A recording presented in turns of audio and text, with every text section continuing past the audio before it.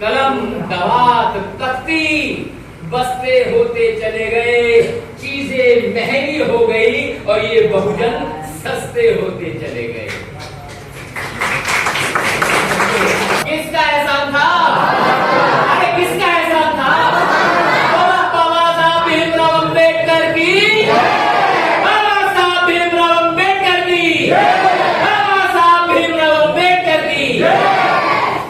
फिर से बताओ, फिर से बताओ। सम्मान नहीं कर रहे। चक्रवर्ती सम्राट अशोक, बोलो चक्रवर्ती सम्राट अशोक की, चक्रवर्ती सम्राट अशोक की, चक्रवर्ती सम्राट अशोक की। आपके रगों में अगर खून किसी का दौड़ रहा है तो चक्रवर्ती सम्राट अशोक का खून दौड़ रहा है। हम वो लोग जो अपना इतिहास नहीं जानते, वो लोग जो अपना इतिहास नहीं जानते, वो अपना इतिहास बना भी नहीं सकते। तो चंद लाइनों में ये आपका इतिहास है जो मैं आपको बताता रहता हूं, ताकि आप गूगल में करके पता तो करें नारायण गुरु था कौन, पता तो करें कि पेरियारी में रामैया स्वामी नायकर थे कौन। खैर बात बड़ी गंभीर है जो आपसे मैं करना चाहता हूं। बड़े चिंतित और उत्कंठित मन से आपके बीच में आया हूं, राजी खुशी नहीं आया। उत्कंठा है मन में। उत्कंठा कैसी है वो मैं समझाना चाहूंगा, प्रयास करूंगा कि मेरे शब्द आपके मस्तिष्क पटल पर जाकर चित्रित हो जाएं, ऐसा मैं प्रयास करूंगा। एक नाव थी, नाव में बादशाह बैठा हुआ राजा, और राजा के मंत्री संतरी भी बैठे हुए हैं क्योंकि बड़ी नाव है। और राजा का एक प्रिय कुत्ता भी उसके पास, एक प्रिय कुत्ता। एक काम कर सकते हो विपिन भाई, ये पूरा वीडियो बना लो, इस स्टोरी को बना मुझे बाद में दे। तो बहुत बड़ी नाव थी, नाव में राजा बैठा हुआ है, राजा के संतरी हैं, मंत्री हैं और एक कुत्ता भी बैठा हुआ है। किसी विशेष प्रयोजन से राजा जा रहा है कहीं पर। उस नाव में बौद्ध भिक्षु भी बैठा हुआ है। वो जो भिक्षु है वो अभी ध्यान में लीन था, लेकिन तभी जैसे ही नाव चलनी शुरू हुई, अभी थोड़ी दूर ही गई थी कि कुत्ते ने भौंकना शुरू कर दिया। कुत्ता इतना ज्यादा भौंक रहा था, इतना ज्यादा परेशान कर रहा था कि नाव में बैठे हुए सभी यात्री परेशान हो गए। और विशेष रूप से वो व्यक्ति परेशान हो गया जो व्यक्ति नाव चला रहा था। अगर नाव चलाने वाले का मस्तिष्क भटकेगा तो वो नदी में नाव को बेहतर तरीके से खेल नहीं पाएगा, चला नहीं पाएगा, और कुत्ता शांत नहीं होगा। बड़ा प्रयास किया साहब कुत्ते को शांत करने का, उधर कुत्ता शांत नहीं हो रहा है, इधर राजा का गुस्सा बढ़ता चला गया। राजा ने मंत्री संतरियों को आदेश दिया, क्या नहीं चुप करो किसी तरह से, ये कुत्ता तो बड़ा परेशान कर रहा। लेकिन वो माना नहीं था, वो भौंकता रहा, भौंकता रहा, भौंकता रहा। अब ये जो सारा शोरगुल हो रहा था, इस शोरगुल की वजह से बौद्ध भिक्षु अपनी ध्यान मुद्रा से जाग गए। अब जब जागे तो उन्होंने देखा कि अफरा तफरी हो रखी है, केवल कुत्ते की वजह से परेशानी पैदा हो गई है। अब साहब बौद्ध भिक्षु राजा के पास आए, कहने लगे, हे राजन, अगर आप मुझे आज्ञा दें, अगर आप मुझे आज्ञा दें तो मैं इस कुत्ते को भीगी बिल्ली बना सकता हूं। राजा बड़ा प्रसन्न हुआ, बड़ी अच्छी बात है, ये तो कुत्ते ने परेशान करके रखा हुआ है, अगर ये ऐसा हो जाए तो अच्छी बात है। तो भिक्षु आया, आकर के उसने कुत्ते को पकड़ा और पानी में फेंक दिया। अब कुत्ता जब पानी में गया तो छटपटाने लगा, घबराने लगा, उसे लगा मैं तो डूब जाऊंगा। अब घबरा गया पूरी तरह से, लेकिन कुत्ते को सेंस आया तो उसने हाथ पैर मारने शुरू किए, तो खैर तैरने लगा, क्योंकि जानवरों में प्रवृत्ति हो तैर जाते हैं, विशेष रूप से कुत्ता। और वो जब तैरने लगा तो तैरते तैरते वो नाव के पास आ गया। अब जब नाव के पास आके पंजे मारने लगा तो भिक्षु ने वापस कुत्ते को नाव में बैठा दिया। अब कुत्ता बड़ा शांति से बैठा हुआ था। अब कुत्ते ने शोर मचाना बंद कर दिया, भौंकना बिल्कुल बंद कर दिया। अब राजा को ये बात अटपटी लगी। राजा ने कहा, अरे माननीय भिक्षुगण, आप हमें मार्गदर्शन करें कि जो कुत्ता अभी थोड़ी देर पहले चीख रहा था, चिल्ला रहा था, भौंक रहा था, सबको परेशान कर रहा अब तो ये बिल्कुल शांत हो गया। हमें समझाएं ऐसा क्यों हुआ। तो भिक्षु ने उन्हें बताया कि जब ये कुत्ता भौंक रहा था, असल में इस कुत्ते को पानी की शक्ति का और नाव की उपयोगिता का एहसास नहीं था। मैंने जब उसे उठा के बाहर फेंक दिया तो इसे पता चला कि पानी की शक्ति क्या है। जब इसकी जान पे बन गई, इसे पता लग गया पानी मुझे मार सकता है।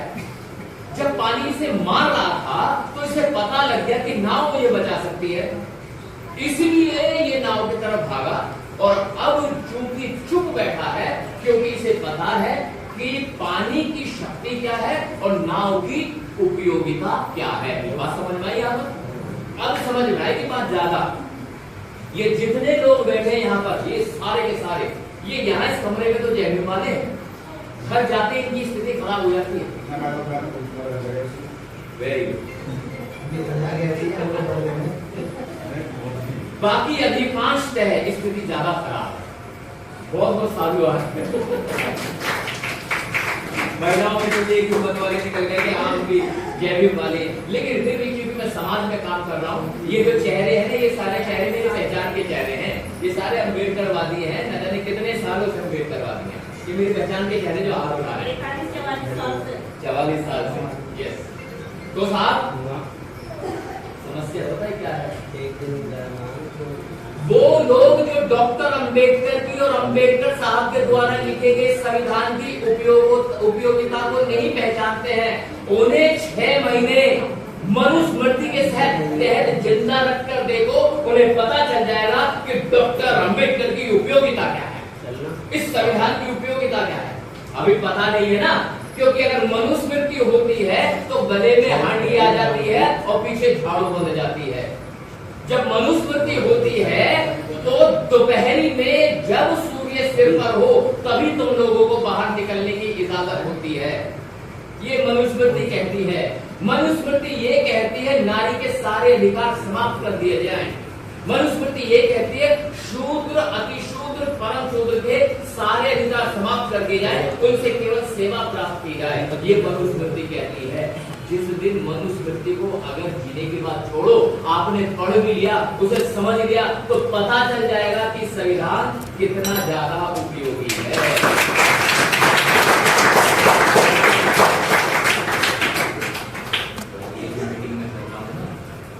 कुत्ते को उठा के पानी में फेंकने का काम कर रहा हूँ ताकि उसको पता तो चले, नहीं तो भौंक रही है, नहीं तो भौंक रहा, उसे न पता जय भीम का मतलब क्या।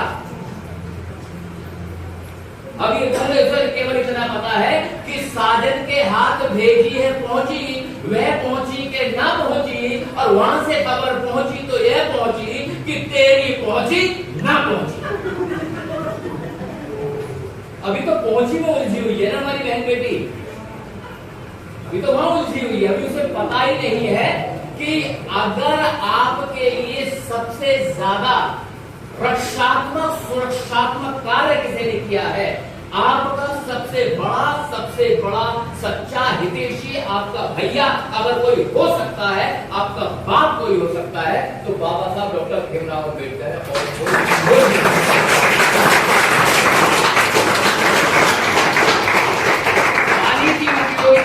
पानी की शक्ति और नाव की उपयोगिता बता रहा हूं। पानी की शक्ति और नाव की उपयोगिता। नाव डूबते को तिनके का सहारा, बाबा साहब डॉक्टर भीमराव अम्बेडकर के संविधान वाली नाव। चढ़ जाओ जितनी जल्दी हो सके चढ़ जाओ, वरना ये मनुवादी पानी तुम्हें डकार जाएगा। कैसे डकारेगा मैं बताता हूं। एक महिला को जुए में दांव पर लगाने वाले भी सवर्ण थे। बनिया बामन ठाकुर बोलो है ना, मैं झूठ बोल रहा हूं क्या? जुए में दांव पर लगाने वाले सवर्ण थे, जुए में महिला को जीतने वाले सवर्ण थे, जुए में महिला को हारने वाले सवर्ण थे, और महिला का सम्मान वहां नहीं हो रहा था। अगर महिला का सम्मान किसी ने किया तो राष्ट्रपिता ज्योतिबा फुले ने किया। उन्होंने अपनी बेपढ़ी लिखी घरवाली को पहले पढ़ना सिखाया, फिर उससे पढ़वाया, समाज को आगे बढ़ाया। तो सम्मान कहां था? सम्मान कहां था? हमारे बाप ने सम्मान दिया था। उन्होंने तो सम्मान उतार दिया था, और इतना ही नहीं करा, हरे दरबार में उस महिला को नग्न किया गया। मैं सही कह रहा हूं, गलत कह रहा हूं? तो नंगा करने वाले भी सवर्ण थे, और नंगा होते देखने वाले भी सवर्ण थे, क्योंकि इस दरबार में तो तुम लोगों को बैठने की भी इजाजत नहीं थी। ऐसे हैं वो लोग। मैं आपको दिखा रहा हूं पानी, मनुवादी पानी कितना खतरनाक है, नारी का सम्मान कितना करते हैं वो लोग, वो बता रहा हूं। और नारी का सम्मान यहां से इनके श्री चरणों से निकलता है। क्या किया इन्होंने? ये जो हमारी माता बहनें बैठी है ना, इनका विवाह हो जाता था 5 साल 6 साल की उम्र में, 15 साल बाद फिर गोना हो रहा है, 10 साल बाद फिर गोना हो रहा है। गोने से पहले ही पति मर गया, बालक था, लड़की विधवा हो गई, पति के घर गए बगैर ही विधवा हो गई। तो मनुस्मृति के नियम क्या कहते थे? अब ये जो बेटी विधवा हो गई है, अब ये मंदिर में रहेगी, मंदिर की देखभाल करेगी, मंदिर की पूजा पाठ करेगी। और सुनो, फिर मंदिर में रहने वाले मोटे मोटे पेट के जो पंडे होते थे, वो हमारी बहनों के साथ संबंध बनाते थे, और उनसे जो बच्चा पैदा होता था उसे कहते थे ये हरिजन। कभी मत कहना अपने आप को हरिजन। समझ में आ रहा मनुवादी पानी कितना खतरनाक है? समझ में आ रहा है नारी का सम्मान कितना हुआ है वहां पर? जब मैं उन पुस्तकों को पढ़ता हूं तो आंखों से आंसू आते हैं। अच्छा एक बात बताओ, मंदिर में जैसे जाते हो, अंदर घुसते पहले घंटा लगा होता, बजा तो घंटे को जाते ही ना, बाकी तो जाते हैं। पूछना चाहता हूँ, जाते हो? सच बोल रहे हैं, झूठ बोल के देखो। मैं बता रहा हूँ, दाई से पेट पतलाओगे तो घाटे लगाओगे। मैं बता रहा हूँ भैया, डॉक्टर नहीं, उस बीमारी का इलाज करने आए हो। हाँ, सत्य स्वीकार कर लो। सत्य ये है कि भैया ये जो गिनेश में लोग है ना, वो अम्बेडकरवादी लोग, आप सफाई मत दो, आपको तो मैं जानता हूँ, इनका इलाज करने दो मुझे। ये जाते हैं, जब जाते हो तो घंटा बजाते हो ना, बताओ दरवाजे पे घंटा क्यों लगाया गया? घंटे तक आगे नहीं जा रहा, घंटा लगा हुआ, घंटा लगा है ना। अभी जो हंस रहे हो, अभी इसकी बात सुनोगे ना तो घबरा जाओगे सुन के कि घंटा क्यों लगा है। वो जो तुम्हारी बहन बेटी अंदर है, जब उसके साथ दुराचार कर रहा होगा ना मोटे पेट वाला पंडा, तो घंटा इसलिए लगाया था कि साले घंटा बजाएगा तो मुझे पता चल जाएगा कि कोई बाहर आया है। आई शर्म नहीं आई? ये हरकत हुई है हमारे साथ, तो ये नारी का सम्मान है? मनुवादी पानी दिखा रहा हूं जो आपको डुबा देगा। संविधान की नाव आई थी जिसने हमें बचाया, और जिसका खवैया बाबा साहब डॉक्टर भीमराव अम्बेडकर थे। मैं तो केवल भिक्षु की तरह कुत्ते को पानी में फेंक रहा हूं इस समय, ताकि तुम्हें पता लगे कि हो क्या रहा है, पता तो लगे।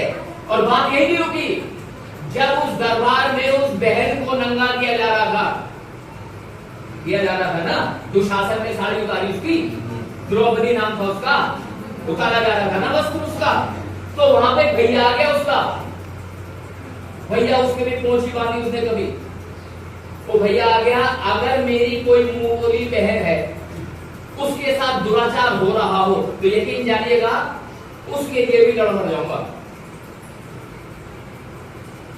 चाहे चाटा मारो, लपड़ मारो, भूसा मारो, लात मारो, डंडा मारो, कुछ भी करो, लेकिन बहन के लिए लड़ जाएगा आदमी। मैं गलत कह रहा हूँ भैया? हाँ बोलो। लेकिन वो जो भैया था उनको हो गया, तुम कितने कॉल करोगे?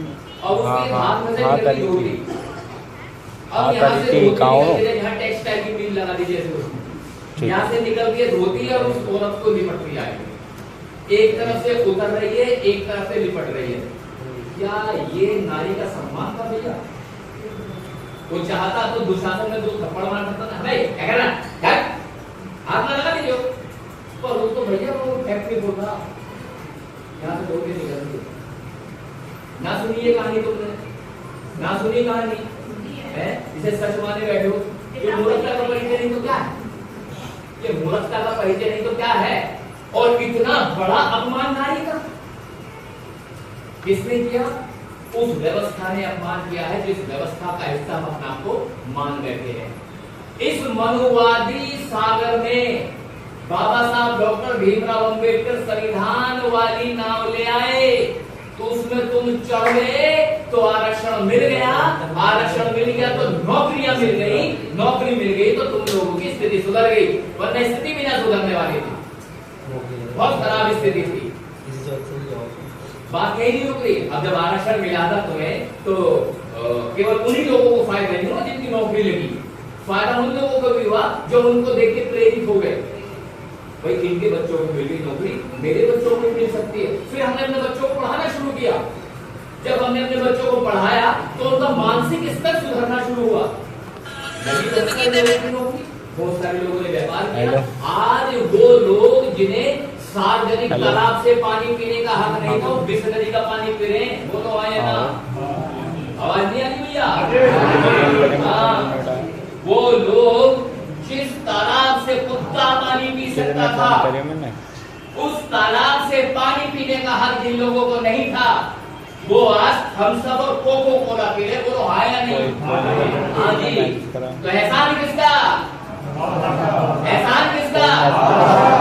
बोलो बाबा साहब अम्बेडकर की जय, बोलो बाबा साहब अम्बेडकर की जय, बोलो बाबा साहब अम्बेडकर की जय। एहसान साहब नहीं का नहीं, वो व्यवस्था जिस व्यवस्था का हिस्सा हम अपने आप को मान के बैठे, वो व्यवस्था नारी का अपमान कर रही है। और ये व्यवस्था क्या किया इसने? जब विधवा हो गई बेटी, उन्होंने मंदिर में जाके देवदासी बना दिया, लेकिन उसी विधवा को संविधान में लिख के बाबा साहब ने कहा इस बच्ची का भी हक है शादी करने का, जाओ विधवा विवाह करो, दोबारा से शादी करो। एक बार शादी छूट गई कोई बात नहीं, चलो फिर से शादी करो। नहीं करने के अब आवाज नहीं आ रही? किसका एहसान था? बाबा साहब डॉक्टर भीमराव अम्बेडकर का एहसान था। वो मंदिर में भेज करके देवदासी बना रहे थे, यहाँ पर संविधान में लिख करके बाबा साहब आपको हक अधिकार दे रहे थे। वहां उस व्यवस्था में बेटी को कहा जाता था, अस्पताल में महिला अंदर है, गर्भवती महिला है, ट्रीटमेंट चल रहा है, बच्चा होने वाला है, माँ बाहर है और होने वाले बच्चे का पिता बाहर है। बच्चा हुआ, खबर आई, माँ दौड़ती हुई आई, माँ लल्ला क्या हुआ? कुछ ना, मलेरिया है गई है। बेटा पैदा होता तो जसूटन मनाए जाते, थालियां बजाई जाती, बकरे किए जाते, लेकिन बेटी पैदा हुई तो मलेरिया है गई है, मलेरिया हो गई है। और जानते हो ये ही लोग, ये जब बेटी हो जाती थी, पहली हुई, दूसरी हुई, अगर तीसरी भी हो गई, गले में रुई अटका देते थे, सांस रुक जाता था, बेटी मर जाती थी और उसे दबाने जाते थे तो दबाते समय कह देते जा अपने भैया ही भेज दीजिए। ये से समाज की स्थिति जो बद से बदतर हुई, वो उस व्यवस्था की देन है जिस व्यवस्था को मैं मऊवाती गंदा पानी कह रहा हूं। और एहसान देखो बाबा साहब डॉक्टर भीमराव अम्बेडकर का, उन्होंने तुम्हें शिक्षा का अधिकार नहीं दिया, बल्कि नारियों को क्या दे दिया? बाप की संपत्ति में बराबरी का अधिकार दे दिया। ये जितनी भी महिलाएं बैठी है, चाहे तो क्लेम करें, बाप से मांग सकते हैं, अगर बेटे का हिस्सा है तो मेरा भी हिस्सा है। किसका एहसान था? किसका एहसान था? अरे किसका एहसान था? बाबा साहब भीमराव अम्बेडकर की, बाबा साहब भीमराव अम्बेडकर की, बाबा साहब भीमराव अम्बेडकर की। लग रहा है संविधान वाली नाव ने बचाया हमें, बोलो आया ना? एहसान है उस आदमी का, अपने शरीर की खाल उतरवा करके, उसका जूता बनवा करके बाबा साहब अम्बेडकर के पैरों में पहना दूं तो भी एहसान उतरने वाला नहीं है। ये एहसान है बाबा साहब अम्बेडकर। समझ में आ रहा है महिलाओं को क्या दिया? और उन्होंने क्या दिया महिलाओं को? एक भाई था, अब साहब उसने अपनी चहेती बहन का विवाह किया। एक भाई ने अपनी चहेती बहन का विवाह किया। अब जब विवाह हो गया तो उसे छोड़ने के लिए बाहर जा रहा था। अभी जब बाहर जा रहा था तो आसमान फट गया, बादल फट गए, वहां तुर्री लग गई, स्पीकर लग गए, लाउड स्पीकर चालू हो गए, वहां से आवाज आई कि भैया कंस, जिस बेटी को, जिस बहन को तू इतने मन से ब्याह रहा है, इसका 8वां बेटा तेरा वध कर देगा। किसने कैसे ऊपर जो वो लगे लाउड स्पीकर आसमान में लगते हो, हमें तो ऐसे समझाया आकाशवाणी और ये पागल बनाया वाला। अभी भी बारिश हुई, कोई ना बोला ऊपर, वहां बोल दे, ऊपर तो बोल दे। अब उसकी बुद्धि खराब होगी, अब उसकी बुद्धि इतनी ज्यादा खराब हो गई, ले डाले नहीं बहन भी निपटा दूं, ना रहेगा बांस ना बजेगी बांसुरी। वो बहन को मारने के लिए चल पड़ा। अब उसे मारने के लिए जा रहा था तो उसका जो पति था वासुदेव, जिससे अभी अभी ब्याह हुआ, वो बड़ी मुश्किल में तो ब्याह हुआ है, पहले तो रहने दे यार। तो उसने जुगाड़ बताया, जुगाड़ ये बताया कि भाई साहब ऐसा है, हमारे यहाँ जो भी बच्चा होगा हम तुम्हें दे देंगे, तुम उसे निपटा देना। क्रूरता हमें कहानियों में सिखाई, क्रूरता। तो चलो भाई ये ठीक है। अब मैं आपसे सवाल पूछ रहा हूँ, मतलब हमें बेवकूफ बनाए लोगों ने। सवाल आपसे पूछ रहा हूँ, दुनिया का कोई ऐसा जेल है जहाँ पति पत्नी एक साथ या महिला पुरुष एक साथ बंद करे जाते हो? है दुनिया का कोई जेल? वहां पे था उन्होंने भैया वासुदेव को को एक साल बंद कर। अब भैया हुआ तो खेती बाड़ी शुरू होगी। अब उसका जो पहला बच्चा है तो उसको मरवाया, दूसरा है तो उसको मरवाया। अब बारी आ गई 8वें बालक की। अब जब 8वां बालक पैदा हो, कहानी देखो क्या सुनाया हमें, खोपड़ी खराब करी। अब जब 8वां बच्चा पैदा हुआ तो इलेक्ट्रॉनिक का एआई सिस्टम से बना हुआ। अब उसने तो पैदा होते सब कुछ सुला दिया, बारिश हो गई, आंधी तूफान आ गई, दरवाजे खुल गए।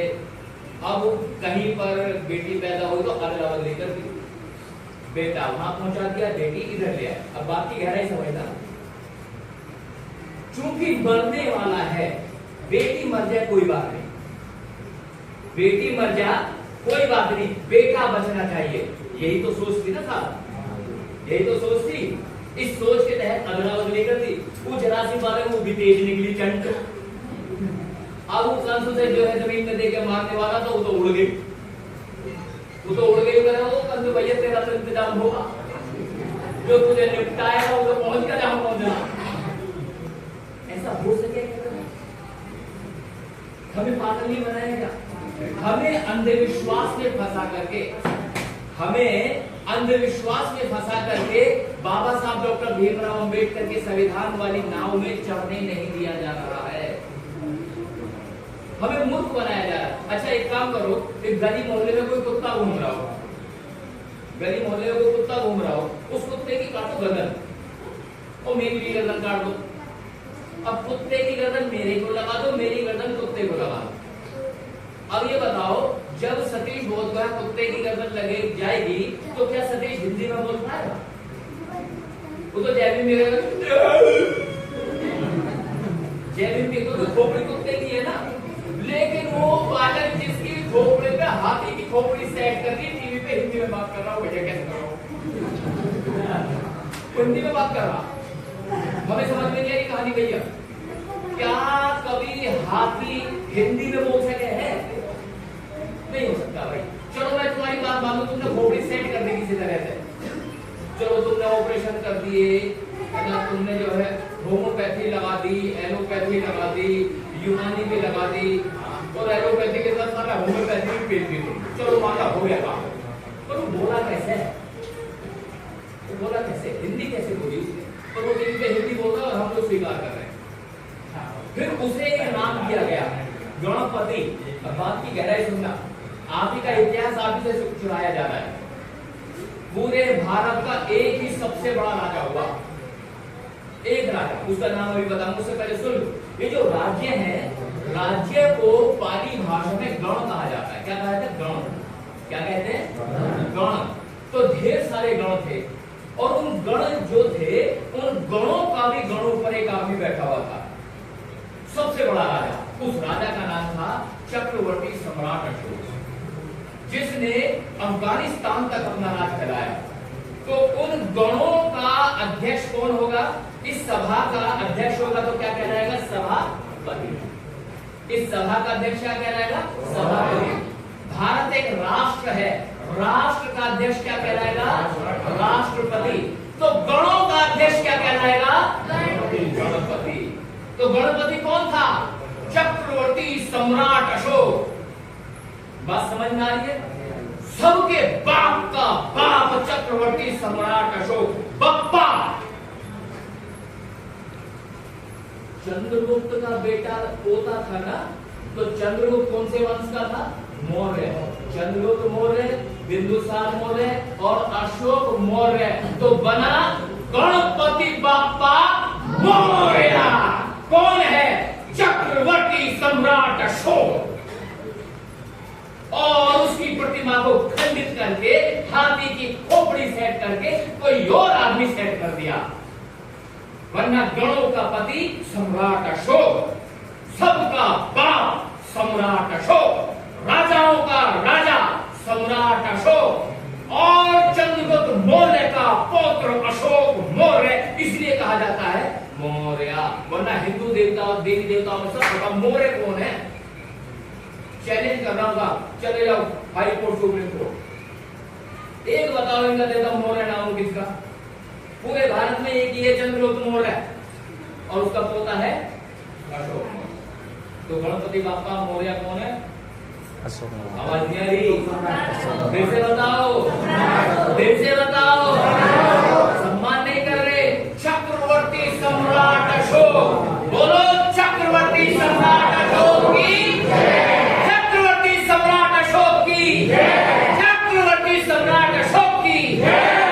आपके रगों में अगर खून किसी का दौड़ रहा है तो चक्रवर्ती सम्राट अशोक का खून दौड़ रहा है। हम इतिहास भूल गए।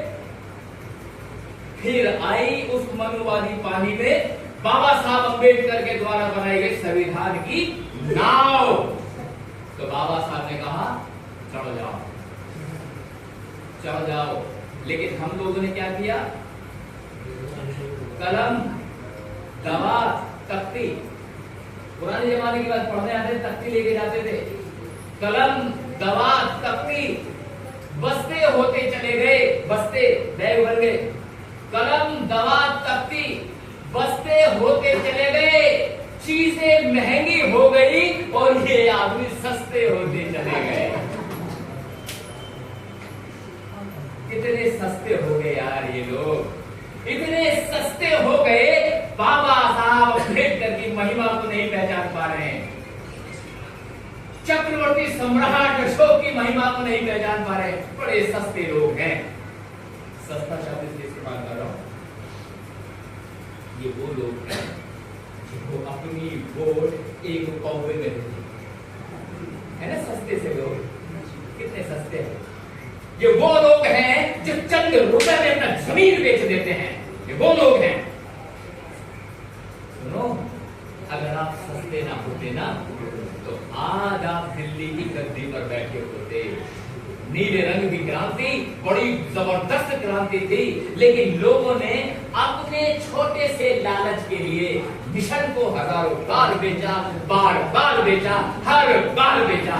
चंद रुपयों की महक से भटक जाते हैं। इसलिए मैं कह रहा हूं, कलम, दवात, तख्ती बस्ते होते चले गए, चीजें महंगी हो गई और ये बहुजन सस्ते होते चले गए।